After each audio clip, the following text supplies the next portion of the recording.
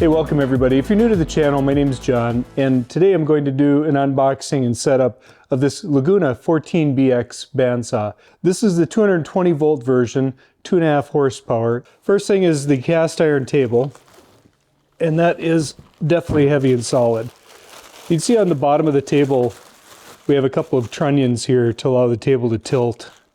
And then over here, the rest of this is mostly fence guide or rip fence assembly things. In this packet, we've got a couple of handles, ratchet handles, to attach to the trunnions, a wrench to remove the plate, got a bag with the feet for the bandsaw itself. Over here we have the rip fence. This is the rail that attaches to it, and then there's a cast knuckle that attaches directly to this rail. And that's what the fence attaches to, so that goes right together like that.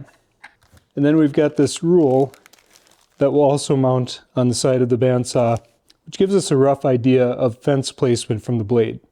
And then removing the styrofoam, we'll get to see our first glimpse of the bandsaw itself.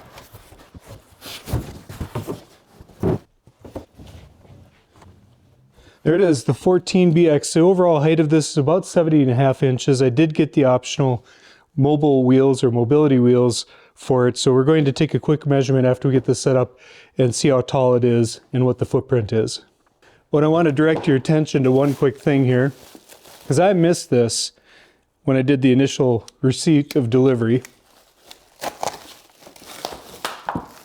And that's this little warning tag right here. This actually is, it's kind of funny because in the instruction manual that comes with this inside the box, so you have to open up the box to get to it, it does warn you to make sure that you inspect the interior for damage. Before you sign the document that states that you received this piece of equipment, make sure that you open up the box, take everything out, and look inside to inspect it before you sign the shipping document.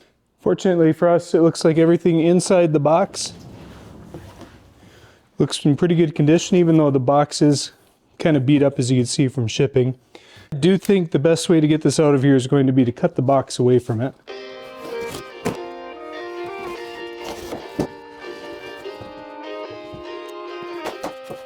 Now, since I will be attaching the optional mobility cart to this, the instructions tell me just to put the feet on the back side here. So I'm going to do that before I take the saw out from the rest of the packaging.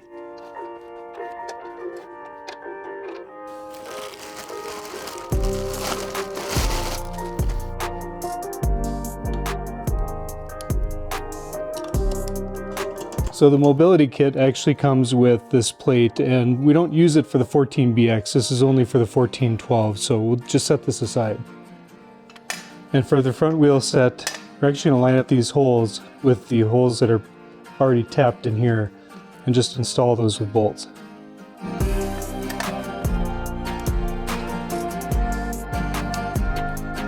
And the little nut that's provided here is to help with braking on the ground. So when it's resting, it rests on that nut, and that prevents it from moving around as much. You grab like right up here on the top, okay, and lift.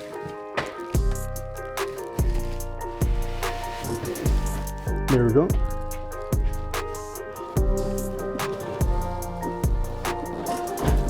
Nice. It's just a shipping crate. Good job.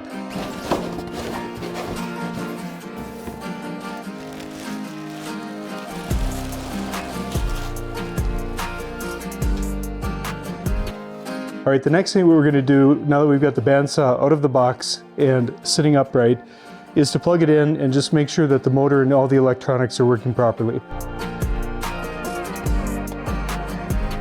And Laguna recommends that you do this before you put a belt on, and then put a belt on and test it again.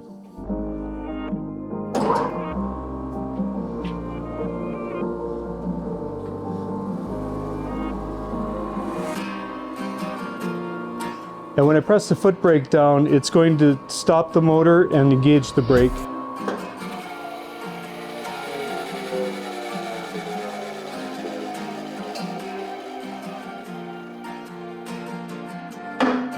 That seems to be working just fine.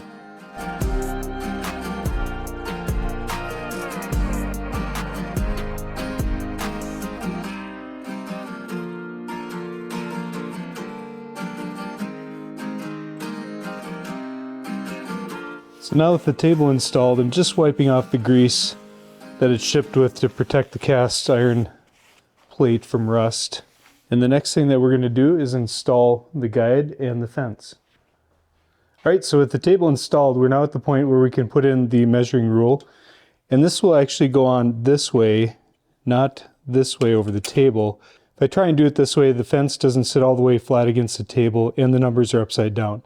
So you want to make sure that you attach it this way, sticking out from the table. And to do that, we use these little included bolts. Now the ruler has slots in it, and that allows us to adjust it left to right to calibrate it for the blade to the fence setting, depending on which blade that we're using. So we're going to leave that just a little loose like that so that it has some play. And then we'll attach the second one over here. Alright, so the next thing we're going to do is attach this guide rail for the fence onto the side of the table. Now you notice a couple of things with this. One is that the distance from this hole to this end is closer than this hole to this end. We want the side with the bigger distance towards the back of the unit.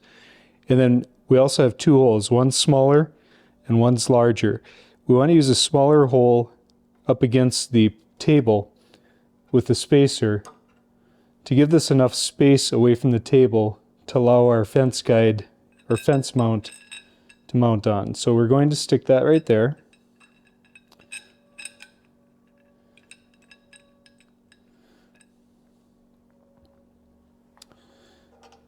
We'll push the bolt all the way through.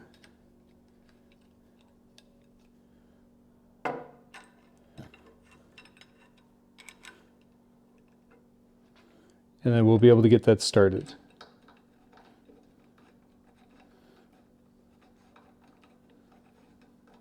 Now I don't want to tighten this one down all the way because I do want to be able to put this on before I attach the second spacer and bolt.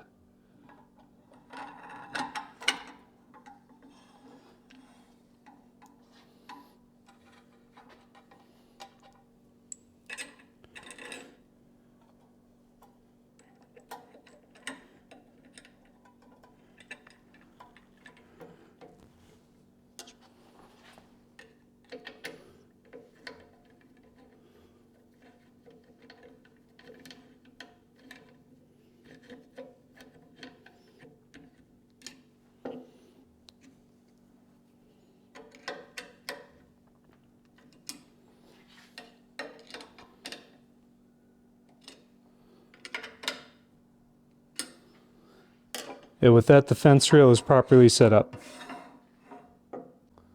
So the next thing we want to do is install our fence itself. So there are two orientations we could use with this. We could either install it like this to get a 1/2 inch high fence, and that's great for cutting small material. Or if we're doing resawing, we can stand the table up like this and then insert it right here, and then we have the full height of the fence.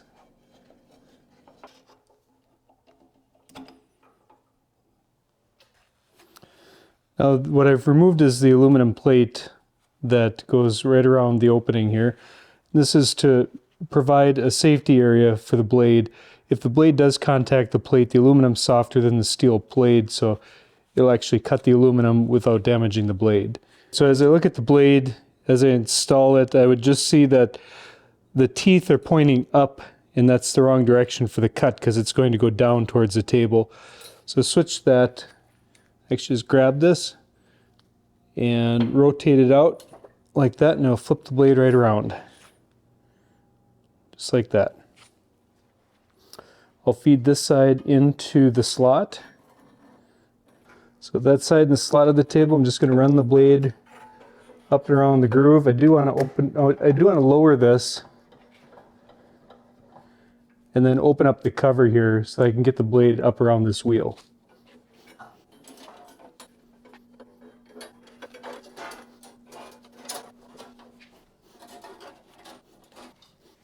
There's a little plastic piece that goes right in here, and it has the angle going up, so I'm just going to put that right around the blade. Nest that in there very nicely. Blade is around the lower wheel, so come to the upper wheel and just make sure the blade is wrapped around that nicely. All right, the next thing I want to do is make sure that the blade tracks on the center of this wheel. So looking through the window here, got the blade sitting pretty much right on the center. If I turn this knob to the right, and I want to do this by hand turning this, by the way. So if I turn the knob to the right, you can see that it tracks towards the back. If I turn it to the left or counterclockwise, you can actually see that it tracks too far to the front. So we want it to get right on the middle, and we want the teeth to be right inside the rubber or the wheel. So I feel like that's dialed in pretty well right there. All right, so I got the lower and the upper ceramic guides set up very close to the blade and test ran it for just a second. The next thing I'll do, or the last thing I'll do, I should say, is install this plate. I already put the split holder back in place. And for the plate, there are 4 leveling screws right out here on the edge. Because if I feel this, the plate definitely sits below the table. So I want to bring it right up to the surface of the table by adjusting these screws. That's about as close as I'm going to get it right there.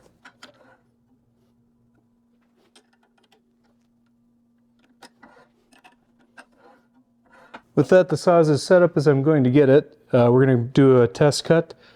I'll continue to dial it in as I use it and make sure that I get the fence set up for drift as well.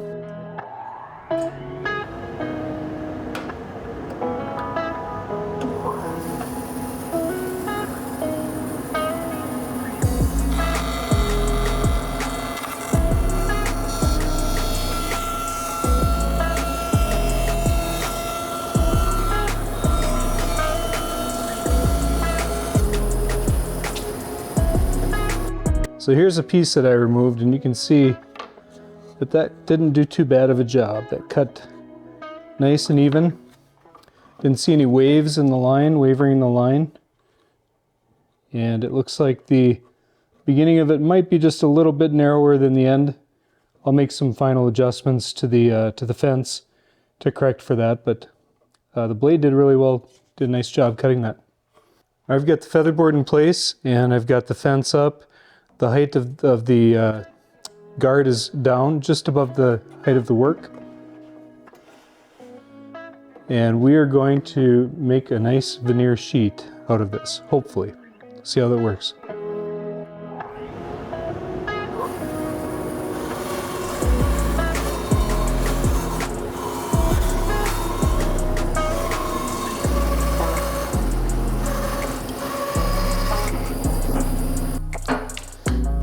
Say that did a pretty good job. It cut all the way down. I didn't see any wavering all the way down this board. If anything, the bottom of this might be just a hair thicker. I'd have to get a micrometer out to test that, but I can adjust the fence and try that out, or adjust for that. But yeah, you can actually see light through that board. It cut it so thin. It's amazing.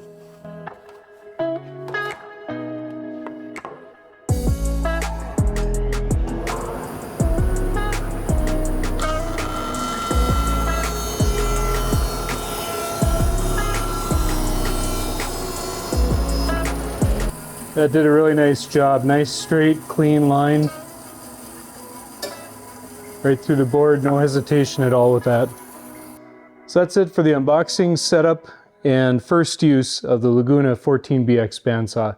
Can't wait to put this to use in the shop. Hey, if you found this video helpful, please consider giving it a thumbs up. And for more content, including using this bandsaw for some projects that I have coming up, please consider becoming a subscriber. I want to thank you guys for watching. We'll catch you in the next one.